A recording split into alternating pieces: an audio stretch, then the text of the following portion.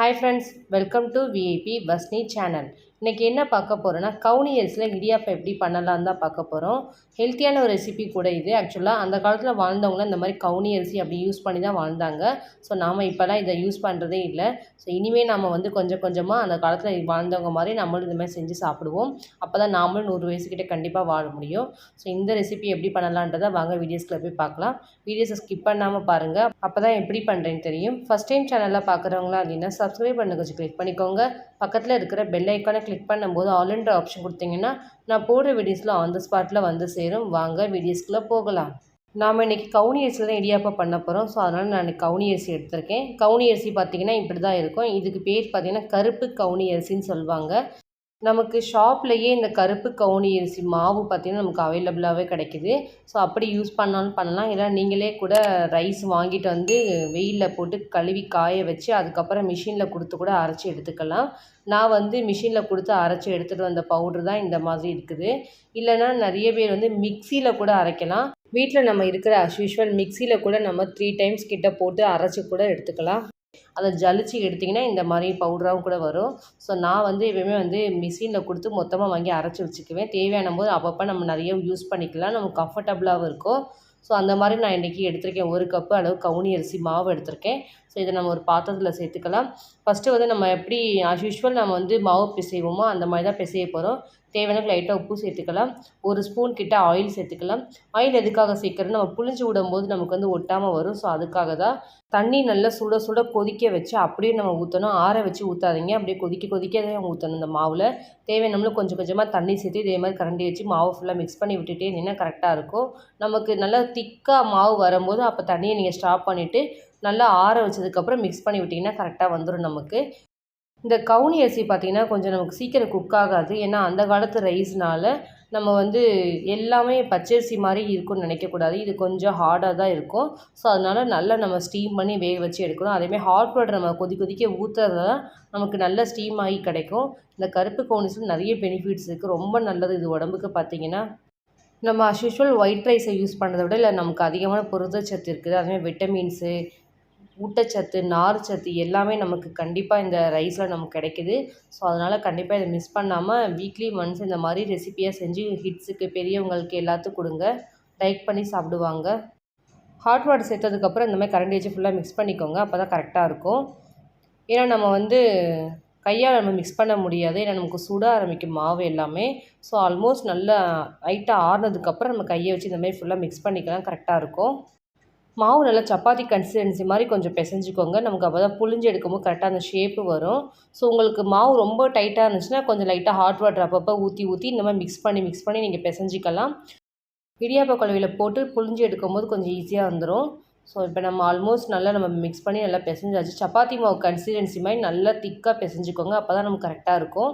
So இந்தளவுக்கு பிசைஞ்சிட்டால் கரெக்டாக இருக்கும்.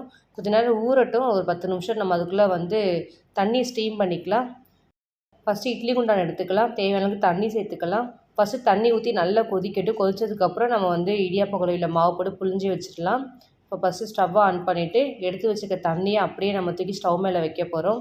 இட்லி தட்டை மூடி வச்சுருங்க. அப்போ தான் நம்ம ஸ்டீம் ஆக கரெக்டாக இருக்கும்.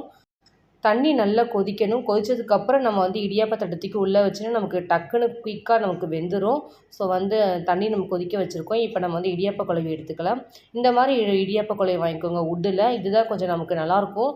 ஷேப்பு நல்லா வரும். அதேமாதிரி நமக்கு வந்து ஹோல்ஸ் பார்த்திங்கன்னா ரொம்ப சின்னதாக இருக்கும். ஸோ அதனால் சாப்பிடும்போது நமக்கு நல்லாயிருக்கும். நமக்கு ஸ்டீமும் நல்லா ஆகி வரும். ஸோ அதனால் இந்த மாதிரி யூஸ் பண்ணிக்கோங்க. இந்த மாதிரி இடியாப்ப குழவியில் நான் ஆல்ரெடி எடுத்து வச்சுருக்க மாவை நான் ரோல் பண்ணி நான் அது உள்ளே இன்சர்ட் பண்ணியிருக்கேன். இப்போ க்ளோஸ் பண்ணிவிட்டு இடியாப்ப தட்டில் லைட்டாக ஆயில் மட்டும் ஸ்ப்ரெட் பண்ணிக்கோங்க.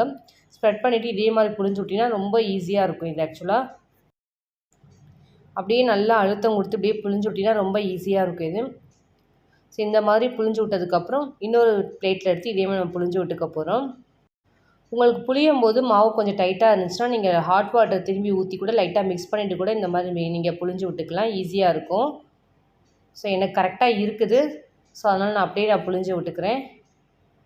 ஸோ இந்த மாதிரி நம்ம இருக்கிற தட்டில் இதேமாதிரி ஒன்று ஒன்றா புழிஞ்சு நம்ம எடுத்துக்கணும். கவுனி அரிசி இடியாப்பம் ரொம்ப நல்லது உடம்புக்கு. நார்மலாகவே இடியாப்பனாலே நல்லது. அது கவுனி அரிசியில் நம்ம பழைய காலத்தில் நம்ம யூஸ் பண்ண ரைஸில் செய்யும்போது இன்னும் ரொம்ப நல்லது உடம்புக்கு. ஸோ ஆல்மோஸ்ட் நம்ம இடியாப்ப தட்டில் எல்லாமே நம்ம புழிஞ்சு விட்டாச்சு. இப்போ நம்ம இடியாப்ப கொத்தில் நம்ம எல்லாத்தையும் உள்ளே இன்சர்ட் பண்ணிவிட்டு அப்படியே தூக்கிட்டு போய் இட்லி குண்டால் நம்ம உள்ளே வச்சிட வேண்டியதுதான். ஸோ ஃபஸ்ட்டு தண்ணி கொதிச்சிச்சா நம்ம பார்ப்போம். இட்லி தட்டை ஓப்பன் பண்ணி பார்க்கலாம். தண்ணியில் நல்லா கொதிக்க ஆரம்பிச்சிச்சு. இப்போ நம்ம தூக்கி அந்த இடியாப்பம் தட்டை தூக்கி அப்படியே தூக்கி அந்த தண்ணிக்குள்ளே வச்சுருவோம். கரெக்டாக இருக்கும். வச்சுட்டு ஒரு 5 மினிட்ஸ் குக் பண்ணிங்கன்னா போதும். ஏன்னா ஆல்ரெடி நம்ம வந்து தண்ணி நல்லா ஸ்டீம் பண்ணி தான் நம்ம இடியாப்ப தட்டை தூக்கி உள்ளே வைக்கிறதுனால நமக்கு டக்குன்னு குயிக்காக வெந்துடும். ஸோ அதனால் ஒரு 5 மினிட்ஸ் வெந்துச்சுன்னா போதும். நார்மலாகவே நம்ம இடியாப்பம் பண்ணும்போது ஒரு 2 மினிட்ஸ் 3 மினிட்ஸ் வச்சா போதும். இந்த கவுனி அரிசி இடியாப்பனால கண்டிப்பாக நம்ம வந்து ஒரு 5 மினிட்ஸாக குக் பண்ணால் தான் நமக்கு கரெக்டாக ஸ்டீமாகி வரும். 5 மினிட்ஸ் கிட்ட ஆகிடுச்சு. இடியாப்பம் ஃபுல்லாக நமக்கு வெந்துருச்சு. இப்போ நம்ம இடியாப்ப தட்டை தூக்கி அப்படியே தூக்கி வெளியில் வச்சு நல்லா ஆற வச்சதுக்கப்புறம் நீங்கள் வேறு ஒரு பிளேட்டில் மாற்றினீங்கன்னா கரெக்டாக இருக்கும். ஸோ இடியாப்பத்தை இந்த மாதிரி தனித்தனியாக பிளேட் வச்சு பிரித்து விட்டிங்கன்னா நமக்கு சீக்கிரம் ஆறிடும். சூடாக இருக்கும்போது எடுக்காதீங்க. கொஞ்சம் ஆற வச்சு எடுத்திங்கன்னா உங்களுக்கு ஷேப் கரெக்டாக வந்துடும். சூட்டிலே நீங்கள் எடுத்திங்கன்னா உங்களுக்கு பிஞ்சு வந்துடும். அப்போ இடியாப்போட ஷேப் நமக்கு வராது. ஸோ நல்லா ஆறுனதுக்கப்புறம் நான் வேறு ஒரு பிளேட் எடுத்து எல்லாத்தையும் மாற்றிக்கிறேன். இங்கே பாருங்கள், கையில் வைக்கும் போதே அப்படியே தனியாக வந்துடுது அந்த இடியாப்பம். ஏன்னா நம்ம வந்து லைட்டாக ஆயில் சேர்த்துருக்கிறதுனால நமக்கு வந்து இடியாப்பம் வந்து உடையாமல் நமக்கு அப்படியே ஷேப்போடு வந்துடும். ஸோ இருக்கிற இடியாப்பத்தை இதே மாதிரி நான் கையை வச்சு நான் எல்லாத்தையும் எடுத்துக்க போகிறேன். துணி இருந்தால் கூட நீங்கள் வச்சு ஊற்றலாம். இந்த மாதிரி லைட்டாக ஆயில் ஸ்ப்ரெட் பண்ணி கூட ஊற்றலாம். கொஞ்சம் ஈஸியாக இருக்கும் உங்களுக்கு. இடியாப்பம் எல்லாம் வெந்துருச்சு. இப்போ நம்ம எல்லாத்தையும் வேறு ஒரு பிளேட்டில் எடுத்து மாற்றியாச்சு. அதுக்கு மேலே தூவி சாப்பிட்ற மாதிரி நான் தேங்காய் துருவி போட்டிருக்கேன். அதேமாதிரி சர்க்கரை சேர்த்துருக்கேன். இந்த தேங்காய் துருவலும் இந்த சர்க்கரையும் தான் இந்த இடியாப்பத்துக்கு மேக்ஸிமம் காம்பினேஷனே இது தான். எங்கள் வீட்டில் நாங்கள் இந்த மாதிரி தான் வந்து போட்டு சாப்பிடுவோம். சூப்பராக இருக்கும். என்னோடய ஹிட்ஸுலேருந்து என் ஹஸ்பண்ட் எல்லாமே நான் லைக் பண்ணி சாப்பிடுவாங்க. அப்படியே லைட்டாக சர்க்கரை தூவிக்கலாம். அப்படியே செமையாக இருக்குது. இது சாப்பிடும்போது சூப்பராக இருக்கும். சொல்லவே முடியாது டேஸ்ட்டு. இன்றைக்கி என்னோடய ஸ்டைலில் உங்களுக்கு நான் கவுனி அரிசியில் எப்படி இடியாப்பம் பண்ணலாம் அப்படின்னு ஹெல்த்தியான ரெசிபியாக செஞ்சு காமிச்சிருக்கேன். இங்கே பாருங்கள், பிக்கும் போதே அவ்வளோ சாஃப்டாக வருது. அப்படியே அந்த தேங்காய் பூ அந்த சர்க்கரையை வச்சு சாப்பிட்டிங்கன்னா சொல்லவே முடியாது டேஸ்ட்டு. அவ்வளோ சூப்பராக இருக்கும். இந்த கருப்பு கவுனி அரிசி இடியாப்பத்தை கண்டிப்பாக உங்கள் வீட்டில் ட்ரை பண்ணி பாருங்கள். பார்த்துட்டு டேஸ்ட் எப்படி இருந்துச்சுன்னு கமெண்ட் செக்ஷனில் கண்டிப்பாக சொல்லுங்கள். என்னோடய வீடியோஸ் உங்களுக்கு பிடிச்சிருந்துச்சுன்னா லைக் பண்ணுங்கள், ஷேர் பண்ணுங்கள், கமெண்ட் பண்ணுங்கள், சப்ஸ்கிரைப் பண்ணுங்கள். பக்கத்தில் இருக்கிற பெல் ஐக்கானை கிளிக் பண்ணிவிடுங்க. Thank you friends.